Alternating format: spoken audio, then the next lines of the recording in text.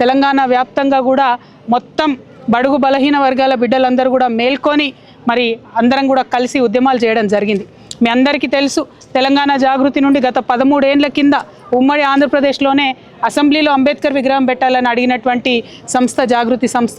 ఆ తర్వాత ఎవ్వరూ మాట్లాడనప్పుడు ఈ రాష్ట్రంలో మరి బీసీలకు మీరు కామారెడ్డిలో డిక్లరేషన్ చేసిండ్రు, 42% రిజర్వేషన్ ఇవ్వాల్సిందే అని చెప్పి ఉద్యమాన్ని పెద్ద ఎత్తున లేవనెత్తి అన్ని రాజకీయ పార్టీలని అందరినీ కూడా కలుపుకొని బీసీలలో పెద్ద నాయకులు గౌరవనీయులు కృష్ణన్న గారిని, వక్లాభరణం గారిని, అట్లానే జస్టిస్ ఈశ్వరయ్య గారిని, అట్లా ఇంకా అనేక మంది పెద్దలందరినీ కూడా కలుపుకొని వారి సలహాలు సూచనలు తీసుకొని వి ప్రకాష్ అన్న గారిని మరి ముందుకెళ్తున్న సందర్భం మీరు చూసిండ్రు. ఇవాళ జాగృతి సంస్థ చేసినటువంటి ఉద్యమాలు ఒక బలమైన ప్రతిపక్ష పార్టీగా బీఆర్ఎస్ పార్టీ గలమెత్తినటువంటి అంశాలు ఇవన్నీ చూసి భయపడి కాంగ్రెస్ పార్టీ బీసీలకు బిల్లు పెడతానని నిన్న చెప్పడం అన్నది మనందరికి కూడా గర్వకారణం. ఈ బీసీల బిల్లు అన్నటువంటిది తెలంగాణ బీసీ బిడ్డల విజయం అని చెప్పి నేను భావిస్తూ ఉన్నాను. కానీ ఒకటి గుర్తుపెట్టుకోవాలి, ఇది తొలి విజయం మాత్రమే. కాంగ్రెస్ పార్టీకి ఎప్పుడైనా మాట ఇచ్చి దోకా చేసేటటువంటి అలవాటు ఉంది. దోకా బ్యాస్ కాంగ్రెస్ పార్టీ కాబట్టి బిల్లులో మనం 2-3 అంశాలు ఇవాళ ప్రతిపాదిస్తూ ఉన్నాం. ఇది తెలంగాణ వ్యాప్తంగా ఉన్నటువంటి బీసీ బిడ్డలందరూ కూడా జాగ్రత్తగా విని ఆలోచన చేయాలి. ముఖ్యంగా ఇంటెలెక్చువల్స్ అందరూ కూడా ఆలోచన చేయాలని నేను రిక్వెస్ట్ చేస్తూ ఉన్నా. ఏమంటుంది ప్రభుత్వం?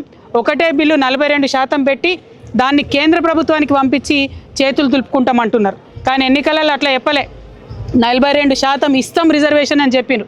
ఇవాళ మేము ప్రపోజ్ చేసేది తెలంగాణ జాగృతి నుండి ఏంటంటే, మీరు 1 కాదు 3 బిల్లులు పెట్టాలి.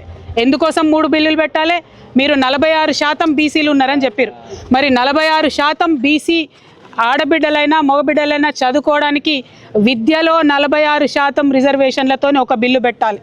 రెండవది 46% మరి ఈ పిల్లలందరూ కూడా ఉద్యోగాలకు అప్లై చేస్తూ ఉంటారు కాబట్టి ఉద్యోగాలలో 46% రిజర్వేషన్తో ఇంకొక బిల్లు పెట్టాలి.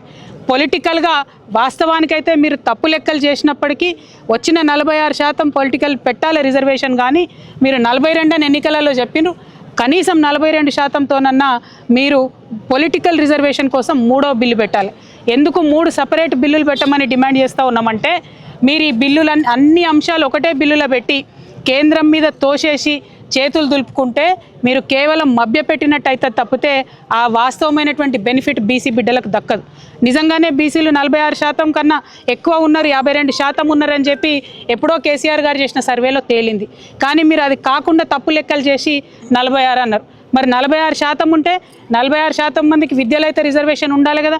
ఈ విషయం స్టూడెంట్స్ అందరూ కూడా బాగా ఆలోచించాలి. ఇవాళ బీసీ స్టూడెంట్స్ అందరూ కూడా సీరియస్గా ఈ అంశాన్ని తీసుకొని సపరేట్ బిల్ ఎడ్యుకేషన్ కోసం పెట్టాలనేటటువంటిది మనం ఖచ్చితంగా డిమాండ్ చేయాలి. రెండవది, ఎంప్లాయ్మెంట్ కోసం చూసేటటువంటి పిల్లలు మరి నిజంగానే మన జనాభా 46% ఉంటే ఎందుకు 42% ఇస్తారు? 46 ఉంటే 46 ఇవ్వాలని ఎంప్లాయ్మెంట్లో సపరేట్గా పెట్టాలని డిమాండ్ చేయాలి. ఇక మూడవది, పొలిటికల్ రిజర్వేషన్ కాంగ్రెస్ పార్టీ చెప్పినట్టుగా 42% ఇవ్వాల్సినటువంటి అవసరం ఉంది. అయితే ఇందులో కూడా ఒకటే, మీరు ఇవాళ బిల్లు పెట్టి ఇమీడియట్గా నెక్స్ట్ డే నోటిఫికేషన్ ఇచ్చి మీరు ముందుకెళ్ళినట్టయితే ఎన్నికలలో అది సాధ్యపడుతుంది.